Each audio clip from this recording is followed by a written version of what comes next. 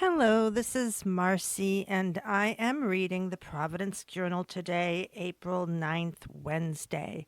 First, a short look at the weather. Today is going to be partly to mostly sunny, a high of only 49. Winds west 8 to 16 miles an hour. Clear tonight. Um, and tomorrow, April 10th, it will be a high of 50, breezy in the afternoon. Friday will be also a high of 50, but cloudy. And Saturday, April 12th, it will be cloudy with a little rain, high in the 40s of about 46. And last one is Sunday, April 13th. It'll be cloudy with a bit of rain, a high of 52.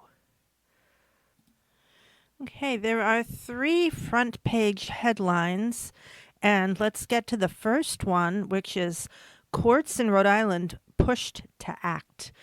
Nearly 40 organizations exhort them to take action to prevent ICE intimidation arrests at courthouses. 38 organizations that intersect with Rhode Island's immigrant community are asking the state judiciary to take proactive steps to protect court users from U.S. Immigration and Customs Enforcement intimidation. The Immigrant Coalition of Rhode Island implored Supreme Court Justice Paul A. Suttel to follow the lead of other states in issuing directives barring civil courthouse arrests on court grounds without a judicial warrant. In light of the fear that these ICE arrests have generated in the immigrant community for both documented and undocumented residents alike, and its resulting severe and adverse impact on court access to the courts, we therefore also urge you to issue a directive similar to those adopted in Oregon and New York. The coalition, composed of groups ranging from Sojourner House to the Latino Policy Institute, wrote Suttel March 19th. We also believe it is critical that your court take steps to prevent the intimidating and chilling courthouse actions of ICE, they said. The Rhode Island judiciary continues to actively monitor changes in ICE protocols and activities in the state of Rhode Island. The judiciary is unaware of any incidents involving visitors to courthouses such as family members, witnesses, or other members of the public having been detained inside a judicial building by ICE. Lexi Chris, spokeswoman for the courts, said in an email. According to Chris, the judiciary has made several requests for a meeting with the regional resident agent in charge of the Department of Homeland Security and ICE. The courts must operate to serve Rhode Islanders and provide access to justice for those seeking redress from their legal issues, from seeking a protective order to addressing housing issues to participating in a pending case. Consistent with the judiciary's position since 2017, the Rhode Island judiciary remains steadfastly committed to ensuring that Rhode Island's courthouses are safe for all individuals to enter without fear or intimidation, Chris said. The letter comes as state lawmakers field legislation that would bar civil arrests at courthouses. The U.S. has always had strong and independent courts, State Senator Megan Kalman told the Senate Committee on the Judiciary. Kalman, lead sponsor on the Senate side, has proposed similar bills for the past 3 years. Kalman warned that without its passage, victims will be less likely to report abuses, including domestic violence. None of this supports justice. It does not make us safer, Kalman, Democrat Pawtucket, said. Jonathan DeJesus, a policy advocate and community organizer with Progreso Latino, emphasized the long history of courts as safe, unbiased spaces. Courts are meant to be a neutral space where individuals can resolve issues without fear of being taken into custody by federal authorities, DeJesus said. But the measure received pushback from some committee members, including Senator Tom M. Patalano, Democrat Cranston, a major with the Cranston Police Department, who said that police have to run people's names through databases to see if there are outstanding warrants. They need to run the names, he said. Senator Leonidas P. Raptakis, Democrat Coventry, worried that the proposal could handcuff Capitol Police and sheriffs. Marcela Betancourt, executive director for the Latino Policy Institute, cautioned that its passage would ensure that people can safely access the courts and that there will be huge consequences if not. It's more timely than ever, she said. Chris, court's spokeswoman, declined to comment on the legislation. The Senate hearing came weeks after the arrest of a Venezuelan national by ICE at Garrahy Judicial Complex. Federal authorities announced the arrest of Edward Antonio Reyes Calderon, 22, a Venezuelan national alleged to be in the United States illegally, on charges that he assaulted ICE officers February 13th as they moved to take him into custody in the Sally port at Garrahy. Reyes Calderon had just been released on bail after an appearance in district court on a domestic violence charge. He also faces a grand larceny charge in New York, prosecutors said. Immigrant Coalition asked the judiciary to determine whether court officials or agents are sharing information with ICE. To the extent that the court has any control over such collaboration, we urge that it be immediately addressed, they said. A spokesman for the Department of Homeland Security could not be reached for immediately for comment.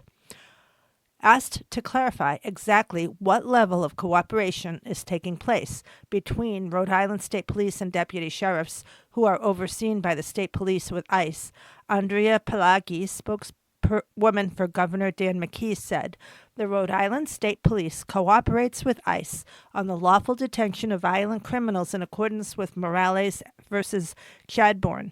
This 2014 federal court decision says that Rhode Island cannot hold a person in custody based upon an ICE detainer alone. To do so would violate the Fourth and Fifth Amendments to the United States Constitution and expose the state to liability. Rhode Island State Police Lieutenant Colonel Robert Creamer said after Calderon's arrest that ICE contacts the Division of Sheriffs, which provides court security and transports prisoners to and from court appearances when someone they're interested in is in the sheriff's custody in the courts. Sheriffs then notify ICE if that individual is about to be released from court, but will not hold the individual until agents arrive to take someone into custody, Creamer said. On January 21st, the day after President Donald Trump took office, ICE issued a directive allowing agents to conduct civil immigration enforcement actions in or around courthouses when they have credible information a targeted alien will be present and it's not precluded by state law. The guidance specifies that actions take place discreetly in non-public areas in collaboration with court security. The policy was a shift from that of President Joe Biden, which limited detentions near courthouses to circumstances in which the person posed a national security threat or imminent risk. Trump also rescinded Biden-era protections in sensitive locations, such as schools, churches, and hospitals. In 2017, after ICE agents arrested a Syrian national outside Judicial Complex, Chief Justice Sattel issued a statement emphasizing that Rhode Island courthouses should be accessible to all, including undocumented immigrants. It is essential that our courts remain open and safe for everyone. And I'm sorry, but I don't see who wrote this article in this version that I'm reading. I can't state the author who deserves to be credited. And same with this next article that's on the front page. I can't see the author's name on the version that I'm reading. The title is Rhode Island Electric Rates to Dip, but State Worries Other Costs May Rise. On a day that brought some good news with a reduction in electric rates for most Rhode Islanders, state utility regulators also raised concerns about the escalating costs of capital investments in energy infrastructure sought by the state's dominant electric and natural gas company. The Public Utilities Commission sorted the approval of new electric rates for Rhode Island Energy customers on last resort service without much fuss at a meeting Friday afternoon. Those rates are tied directly to wholesale prices that tend to dip in the spring as the weather warms and demand eases for natural gas, the primary fuel burned by power plants in New England, as well as a key source of heating. For residential customers, starting April 1st, the default energy rate would drop from 16.4 cents per kilowatt hour to 10.1 cents. After accounting for a small increase in delivery charges, the bill for a typical customer who uses 500 kilowatt hours a month would go down about 17%. Customers who buy their power through municipal aggregation programs in Providence, Barrington, and 5 other communities in the state would see similar decreases starting May 1st, with the standard rate dipping to 10 cents per kilowatt hour. The decreases will offer a measure of relief to frustrated customers who in recent months saw a spike in their bills as relatively high rates combined with what was, according to government weather data, the coldest winter in Providence area since 2014-15. The winter was a big struggle for folks, said Commission Chairman Ron Gerwatowski. The rate break helps when you're running the air conditioner, because energy prices are tied to region-wide market forces that are out of control of state regulators. The Commission's vote to approve the change in last resort service was straightforward. What was complicated was the decision on Rhode Island Energy's infrastructure, safety, and reliability plans. The company's proposals for spending on things like new poles, wires, and electrical substations, along with more durable pipes that carry natural gas to homes and businesses. Since the Pennsylvania-based PPL Corporation took over the Rhode Island company 3 years ago, it has ramped up investments in infrastructure. On the one hand, that's a good thing because it's helped improve delivery and pushed system reliability to its highest ever level for the state. On the other, the work is costing ratepayers tens of millions of dollars a year, payments that include returns for Rhode Island Energy's investors. According to Gerwatowski, PPL has told those investors that it plans to spend $1.3 billion on improvements to the Rhode Island electric grid in the next 4 years, doubling the system's rate base, which is the value of assets used to determine returns. On the gas side, it would spend $1 billion over the same period, representing a 60% increase in the base. For the fiscal year that starts next month, Rhode Island Energy proposed spending nearly $390 million on the 2 ISR plans. If this budget were approved as they propose it today, and they spent all that money, it would be the most money ever spent on the system in the history of Rhode Island, Gerwatowski said. Commissioner Abigail Anthony said the company failed to adequately differentiate between discretionary spending and what's actually needed. She pointed specifically to some substation improvements that would potentially enhance performance, but wouldn't necessarily increase safety and reliability, and would come at significant cost to ratepayers. Similarly, both she and Gerwatowski questioned the company's proposal to increase spending to replace aging pipes to $151.4 million from the current $107.7 million. The replacement program has been successful at reducing leaks, but its costs have also raised questions, especially at a time when policymakers are envisioning ways to wean customers off fossil fuels to comply with state climate goals. What I'm looking to do is approve an ISR budget that prioritizes the investments that are necessary for maintaining safety and reliability at a pace that Rhode Islanders can live with, Anthony said. In the end, the 2 commissioners reduced the gas infrastructure plan from a proposed $208 million to $165 million, entirely through cuts to the pipe replacement system. They cut the main budget for the electrical plan from $129.9 million to $105.6 million, while also removing $4 million in spending from the $33.9 million budget for major projects such as substation work.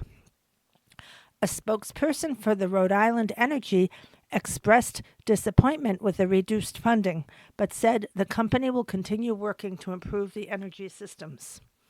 Ongoing investment is essential as the energy landscape evolves, and we remain committed to working within the approved framework to maintain our infrastructure for the future, said Caroline Prettyman. The Commission's cuts will temper cost increases over time, but they won't have a dramatic, immediate impact because ratepayers pay for system investments over many years as they would pay down a mortgage. Still, while the investments aren't the main driver of cost increases for customers, they are a contributing factor, Gurwitowski said. We need to look at the bill as a whole, he said. And the third and final front page news article is titled, Tables Are Waiting. Central Falls, and this one does have an author cited. It's by Nish Kohli of the Providence Journal. A grassroots movement to support small businesses in Central Falls is taking off as community members say that the clampdown on immigration is taking its toll on the local economy. Hardly covering 1 square mile, the dense, predominantly Hispanic city is home to about 22,500 people. Walkable main roads like Dexter Street and Broad Street house a blend of restaurants, shops, and bakeries where one can easily find authentic Mexican, Colombian, Peruvian, and Portuguese cuisine, lauded for their comforting, home-style cooking. The Milagros Project, a nonprofit that helps Rhode Islanders access basic necessities, has been calling for people to patronize Central Falls restaurants. We are partnering with other organizations to help our friends and businesses in Central Falls. If you have the opportunity, please support, the organization wrote on social media. Close to 40% of Central Falls residents are foreign-born, and of them, about 69% do not have U.S. citizenship, according to the latest census data. President Donald Trump's expansion of immigration enforcement has sown fear in immigrant communities nationwide. Some immigrants, particularly in mixed-status households, are hesitant to go to work, school, or anywhere in public, given immigration and custom enforcement's bolstered presence and the Trump administration's seeming willingness to disregard court orders that halt deportations. Anxieties have also gone up among legal residents following the cancellation of thousands of people's temporary statuses and high-profile deportations, such as Rhode Island Dr. Rasha Alaway, who was deported this month after returning from Lebanon. The Cosmopolitan Restaurant and Lounge has a sizable crowd on a recent Tuesday night, with eyes glued to the soccer match airing live between Colombia and Paraguay national teams. Expectedly, the Colombian restaurant was full of yellow, blue, and red Colombian jerseys. Chef and co-owner Walter Rodriguez said that thanks to loyal customers, business has been mostly good, but he noticed that some people in the community are going out less. Although there has been a dip in diners coming in, delivery orders have increased. Some people, after the new president and everything, were scared to go out. Maybe they're drinking, they get pulled over, and ICE gets called. People don't want to go out, but they still want to eat, you know. Some of the restaurant's employees were nervous about coming to work at first, but Rodriguez said that many of their immigrant employees decided to move forward with their immigration cases to solidify residency. They're really good people, and they've been working on their cases, he said. I guess other people don't have that documentation, but at the same time, they're not doing anything but working. Central Falls Mayor Maria Rivera has been vocal about wanting to support local businesses and the city's immigrant community. Service sector jobs are the most common form of employment for the city's residents. The impact of what's happening is not good for our small businesses, and it's up to us to keep them afloat. We have so many good restaurants. Come visit us in Central Falls, she posted to Facebook in January. Please reach out to our Office of Constituent Services and Health, 401 318 3788, with questions or concerns. We will continue to serve as a vital resource for services, support, and information, she wrote in another post, urging people to be wary of misinformation. Joan Rodriguez, Walter's brother and co-owner of Cosmopolitan Restaurant and Lounge, is proud of how well their business is done in Central Falls. The Colombian family lived in Boston and worked at restaurants there for 22 years before opening the Rhode Island venture that serves upscale Latin fusion. People welcomed us very well, he said. Before, to eat octopus, salmon, or things like that, they had to go to Providence. Now they don't have to. Even people from Providence are coming here to Central Falls because of the love we put into our food and the way we treat people here.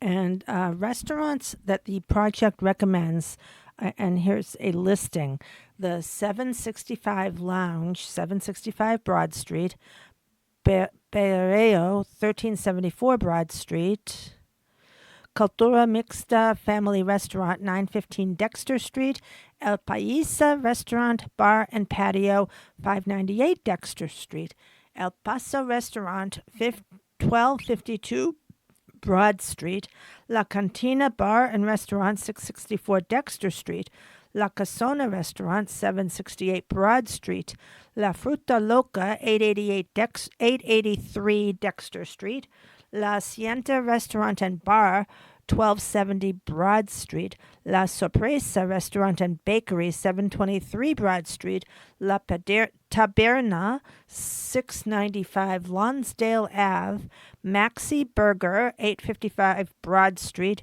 Sharks Peruvian Cuisine, 1420 Broad Street, Sonrisa Restaurant, 48 Cross Street, Sparky's Restaurant Incorporated, 548 Dexter Street, Stanley's Famous Burgers, 535 Dexter Street, the Cosmopolitan Restaurant and Lounge, 494 Dexter Street, Tuspan Taqueria, 355 Broad Street, and finally Valentina La Fritura Restaurant, 590 Dexter Street. Okay, moving on from the front page, there's an article titled Food Bank Faces 500,000 Pounds of Food Shortfall Amid Cutbacks. Cuts in federal food assistance have left Rhode Island Community Food Bank looking for a way to replace more than 500,000 pounds of food worth over $1 million to feed hungry Rhode Islanders through the end of September.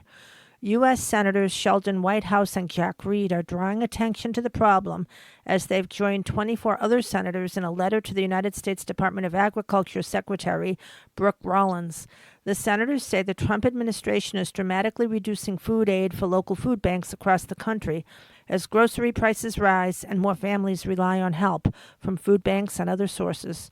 All the senators signing the letters are Democrats, except for Senators Bernie Sanders of Vermont and Angus King of Maine, who are independents. The Rhode Island Community Food Bank distributes food to its 147 member agencies, including food pantries and soup kitchens across the state, helping to feed 84,400 hungry Rhode Islanders each month, a record number according to the food bank. We're facing an incredible challenge. 14 truckloads carrying 541,529 pounds of food and scheduled to arrive at the food bank between now and August 18th have officially been canceled, according to Kate McDonald, Director of Communications. These canceled loads include important proteins like chicken, pork, and eggs, McDonald said via email. In the past fiscal year, 30% of the food bank's food came from USDA commodities, while 42% was purchased and 28% came from donations, according to McDonald. The food bank doesn't receive federal funding, just food from the federal government. The federal cuts in food deliveries are coming at a time when the food bank is in danger of losing some of its financial support from the state as well. Governor Dan McKee's proposed budget for fiscal year 2026 lowers the food bank's allocation from $800,000 to $550,000, according to McDonald. At a time when we're already serving more than 81,000 people per month, the cumulative effect of cuts to SNAP, Medicaid, and school meals have had a catastrophic impact on Rhode Island families, McDonald said. If the food bank is hit with a cut to our state budget, a cut in the federal commodities we receive, plus increasing food costs due to the administration's tariff policies, we're facing an incredible challenge, McDonald said.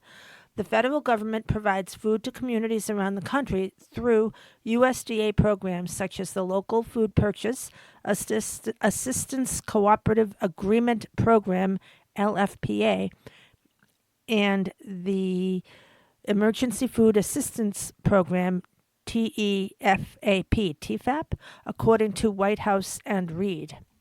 Senators say cuts hurt the hungry as well as U.S. farmers. The senators describe TEFAP and as a core USDA nutrition program that buys food from American farmers to provide food assistance to those in need. The senators say cuts to the program hurt the hungry as well as American farmers. We write regarding the reported cancellation of hundreds of millions of dollars in previously approved funding for food banks and other emergency food providers through the Emergency Food Assistance Program, the senators wrote to Rollins. A cancellation of these funds could result in $500 million in lost food provisions to feed millions of Americans at a time when the need for food shelves is extremely high due to costly groceries and an uncertain economy. If true, this major shift in a program utilized by emergency food providers in every state in the nation will have a significant and damaging impact upon millions of people who depend upon this program for critical food assistance, the senators wrote. In addition, this program consists of purchases of U.S. commodities at a time when America's growers and producers are struggling due to tariffs, proposed tariffs, animal disease, and many other challenges. There's confusion around the federal government's plans, and the senators say their letters ask Rollins key questions. The following are among those. The article is almost over, and I'm pretty much out of time. It's about, the questions are about future and previous food orders and pausing purchases, and it finishes statements such as nearly 2 out of 5 households in Rhode Island have trouble affording adequate food. Thank you. This is Marcy, and goodbye.